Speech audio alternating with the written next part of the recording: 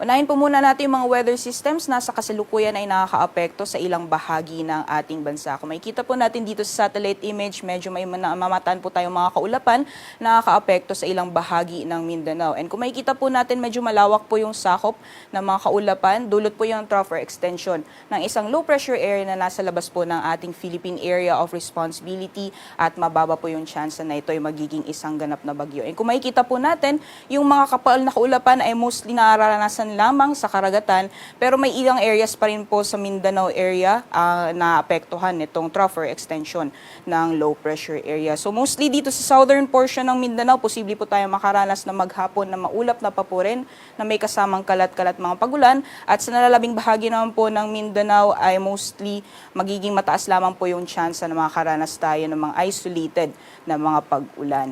Sa nalalabing bahagi naman po ng ating bansa, kung nakikita po natin, kabaliktaran po yung nararanasan po natin. Halos wala po tayong makikita na kahit anong mga kaulapan na posibleng magdala ng maghapon ng mga pag-ulan. Dulot po ito ng epekto ng ridge or extension ng isang high pressure area. So kabaliktaran po yung nangyayari pagdating po sa isang ridge or pag nakaapekto po yung ridge ng isang high pressure area. So kung sa trough or ay low pressure area, may nararanasan po tayong mga kaulapan. Sa ridge naman po, nagiging madalang yung mga kaulapan at mas mababa po yung chance na makakaranas tayo ng mga pag-ulan.